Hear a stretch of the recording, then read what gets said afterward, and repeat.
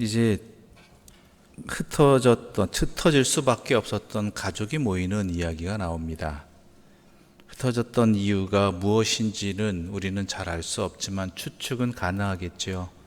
모세가 바로 앞에 나아가서 그 일을 감당하는 데 있어서 혹여나 자기의 일 때문에 자기 가족들의 안전이 걱정되기도 했을 것입니다. 그래서 자기 가족들은 장인과 함께 있게 하고 자기는 사명의 길을 떠났겠지요. 그런 경우들이 종종 있습니다. 가족이 항상 함께 해야 되지만 그렇지 못할 때도 있고, 또한 자기 가족을 위해서 그 모든 일을 혼자 감당하기 위해서 수고를 했던 그 모습이 이 안에 있습니다. 어느 것이 옳은지는 모르겠지만 그때그때 하나님께서 주시는 지혜로 잘 감당하는 것, 그것이 중요한 것이겠죠. 그래서 이제 큰 일이 끝나고 드디어 이 가족이 만나게 됩니다.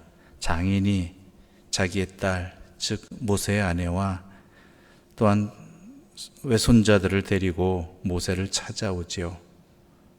그 모습이 너무나 아름답고 또한 행복한 모습입니다. 이 모든 것이 하나님의 은혜이죠. 둘째 이름대로 하나님께서 도우셨기 때문에 나그네 된 자였던 모세를 택하셔서, 또한 나그네 되었던 이스라엘 백성을 택하셔서 하나님께서 도움을 주셔서 하나님의 은혜로 여기까지 온 것입니다. 더 큰 은혜가 있습니다. 그것은 뭐냐면 장인이 하나님께 예배드리는 자가 되었다라는 것입니다. 장인이 어떤 사람이었습니까? 우리 1절 말씀을 함께 읽어보겠습니다. 1절입니다. 모세의 장인이며 미디안 제사장인 이드로가 하나님이 모세에게와 자기 백성 이스라엘에게 하신 일, 곧 여호와께서 이스라엘을 애굽에서 인도하여 내신 모든 일을 들으니라. 아멘. 이 사람이 장인의 역할이 뭐였죠? 미디안의 제사장이었다라는 것이죠. 여호와의 제사장이 아닙니다. 미디안의 제사장입니다. 즉 다른 종교를 믿고 있는 것을 넘어서서 제사장이었다라는 것이죠. 그런데 그가 무엇을 들었습니까? 여호와를 들었다라는 것을, 여호와를 알게 되었다라는 것이죠. 8절 말씀 함께 읽어보겠습니다. 8절입니다. 함께 읽겠습니다. 모세가 여호와께서 이스라엘을 위하여 바로와 애굽 사람에게 행하신 모든 일과 길에서 그들이 당한 모든 고난과 여호와께서 그들을 구원하신 일을 다 장인에게 말하매. 다 장인에게 말하였다. 무엇을요? 여호와를. 그러자 이 말씀 앞에서 여호와를 알게 된 이 장인이 어떻게 돼요? 여호와 앞에 제사를 드렸다라는 12절 함께 읽어보겠습니다. 12절 함께 읽겠습니다. 모세의 장인 이드로가 번제물과 희생 제물들을 하나님께 가져오매 아론과 이스라엘 모든 장로가 와서 모세의 장인과 함께 하나님 앞에서 떡을 먹으니라. 아멘. 모세의 장인 이드로가 번제물과 희생제물을 하나님께 가져왔다라는 것이에요. 하나님께 가져왔다. 왜냐하면 그가 하나님을 알았기 때문입니다. 모세가 하나님을 전했기 때문입니다. 그가 들은 소식도 하나님에 대한 소식이었기 때문입니다. 우리 또한 마찬가지입니다. 우리는 하나님을 증거하는 사람들입니다. 하나님으로 인해서 내가 얻은 것과 이룬 것들을 증거하는 사람이 아니라, 내가 고난 속에 있다 할지라도, 어려움 속에 있다 할지라도 결국 나를 드러내는 것이 아니라 중요한 것은 뭐예요? 하나님을 드러낼 수 있어야 된다는 거예요. 하나님을 가리지 말아야 된다는 것입니다. 그런데 가끔 증언을 한다고 이야기하고 또한 전도한다고 하면서 하나님을 증거하는 것이 아닌 다른 것들을 증거하는 경우들도 종종 있다는 것이 우리의 마음을 안타깝게 합니다. 전에도 말씀드렸지만 예수 믿으면 복 받는 것이 아니라 예수 믿는 것 그 자체가 복입니다. 다른 무엇과도 비교할 수 없는. 그렇다면 예수를 증거해야 되죠. 우리의 삶을 통해서 예수가 드러나야 되는 것이고 하나님의 하나님 되심이 드러나야 되는 것입니다. 그것이 모세처럼 말로 전해지는 경우도 있겠지만 그 이전에 모세 이전에 이스라엘 백성들에게 행하신 또한 모세를 통해서 역사하신 하나님의 그것이 장인 이드로의 귀에 들렸다라는 것, 이것이 참 중요한 것입니다.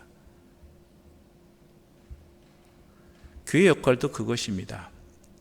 온 이스라엘이 하나님의 역사하심을 드러냈듯이 교회도 하나님의 역사하심을, 하나님을 증거하는 그러한 분명한 목표점을 가지고, 목적을 가지고 그 모든 일들을 감당해야 되는 것이지요.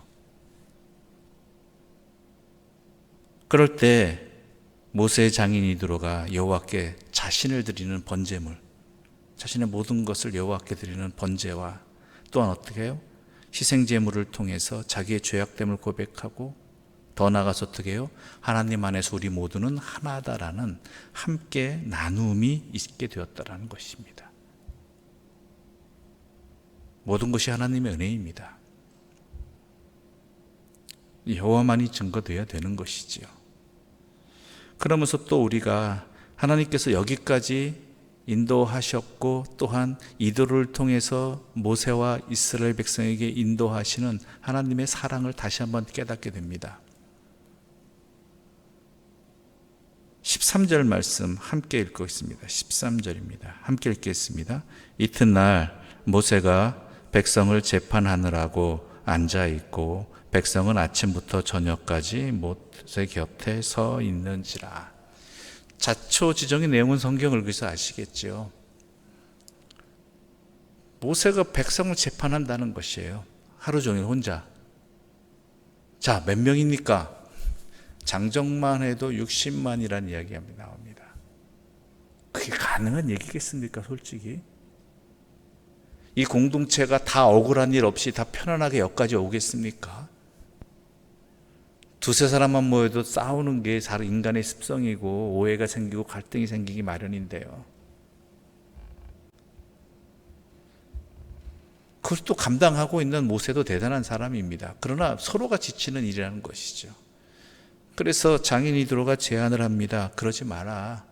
사람을 세워라. 그렇지 않으면 너도 쓰러지고 나중에 사위인 당신도 쓰러지고 이 백성도 기다리다 지친다. 시급한 문제도 있을 것인데 어떻게 하겠느냐. 그래서 사람을 세우라고 합니다. 오늘 여기서 우리가 분명히 봐야 될 것은 사람을 세우는데 그 어떠한 사람을 세우느냐라는 것이에요. 우리 21절 함께 읽어볼까요? 21절입니다. 함께 읽겠습니다. 너는 또 온 백성 가운데서 능력 있는 사람들 곧 하나님을 두려워하며 진실하며 불의한 이익을 미워하는 자를 살펴서 백성 위에 세워 천부장과 백부장과 50부장과 10부장을 삼아. 능력 있는 사람을 세우라고 합니다. 근데 그 능력이 뭐예요? 법의 능력이 있는 사람? 재판의 능력이 있는 사람? 백성의 신망이 두터운 사람? 아니에요. 그 능력이 뭐냐면 하나님을 두려워하는 것. 이게 능력이라는 거예요. 하나님을 두려워할 줄 아는 것. 이건 진짜 능력입니다. 여호와를 두려워할 줄 아는 것. 그다음 뭐예요? 진실하며 또한 불의한 이익을 미워하는 것. 이게 능력이라는 것이죠. 또한 이 능력이라는 단어 속에는요, 은사라는 개념도 있습니다. 은사라는 건 뭐예요? 하나님께서 주시는 이가 누구세요? 하나님이시라는 것이죠. 우리가 여호와를 깨닫는 것 우리 힘으로 안 됩니다. 여호와께서 주시는 은혜입니다. 여호와를 알 때마다 우리는 여호와를 두려워할 수밖에 없죠. 겸손해질 수밖에 없죠. 그 앞에서 내 삶을 돌아볼 수 있게 되는 것이죠. 여호와께 대면하는 사람들의 모든 100% 특징이 뭐예요? 여호와 앞에 자신의 모습을 깨닫고 두려워한다는 것이죠. 이건 은사라는 거예요.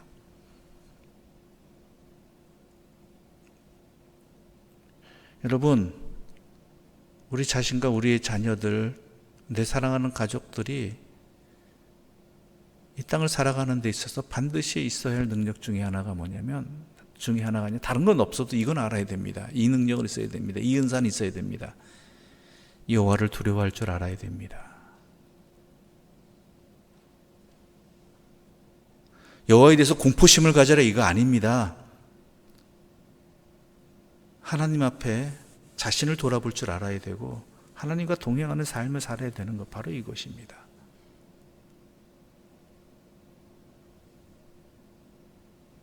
이 새벽에 우리가 모여있는 이유도 무엇입니까? 여호와와 동행하기 위함 아닙니까? 하나님이 나와 함께 하심을 그 시작부터 우리가 깨닫고, 또한 오늘 하루도 온전히 주님과 더 동행하기를 원하는 그러한 소망을 가지고, 그래야지만 하나님의 사람으로 살아갈 수 있기에, 그래야지만 이 험한 세상, 이 염려되는 두려운 세상 속에서 능력의 사람으로 살 수 있기에 이 새벽에 나와 있는 것 아니겠습니까? 여러분은 어떤 능력을 소망하고 있습니까? 또는 어떤 능력을 기도하고 있습니까? 그것이 능력이 맞습니까? 그것으로 인해서 도리어 하나님으로부터 멀어지게 되고 하나님을 생각나지 않게 하고 하나님 앞에 교만하게 만드는 것 아닙니까? 그렇다면 그건 능력 아닙니다.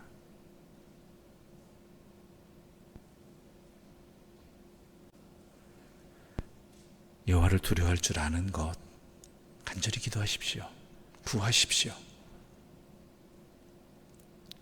하나님과 동행함으로 나오는 그 평안함과 그 기쁨과 또한 그 모든 것들, 정확히 뭐라고 표현할 수는 없겠지만 이걸 두려움으로 표현할 수밖에 없는 이러한 인간의 단어의 언어의 한계가 분명히 있습니다.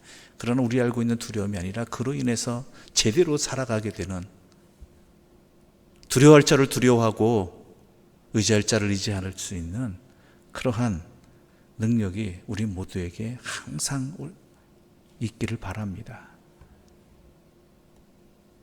그럴 때 서로 평안합니다. 내 자신도 평안하기도 하겠지만 나로 인해서 세상이 평안해지는 것입니다. 그 은혜가 우리에게 값없이 주어졌습니다. 구하는 자에게, 두드리는 자에게 우리 주님은 성령으로 이것을 알게 해 주십니다. 값없이, 은혜로서. 그 능력이 우리에게 충만하게 있기를 바라고, 그 능력으로 말미암아 나와 함께하는 이들이 여호와를 알게 되는, 힘써 여호와를 알게 되는 그 복을 누리기를 간절히 소망하고 또한 기도하기를 바랍니다. 기도드리겠습니다. 하나님 아버지, 감사합니다. 우리가 무엇을 구하든지 주께서는 우리에게 가장 좋은 것을 주시는 분입니다. 그러기에 죄악된 몸이지만 어리석은 우리의 연약함을 가지고도 주 앞에 나와서 간구합니다. 여호와를 두려워하게 하여 주시옵소서. 여호와를 알게 하여 주시옵소서. 주님이 나와 함께 하심을 항상 깨닫고 살아가는 능력 있는 자들 되게 하여 주시옵소서.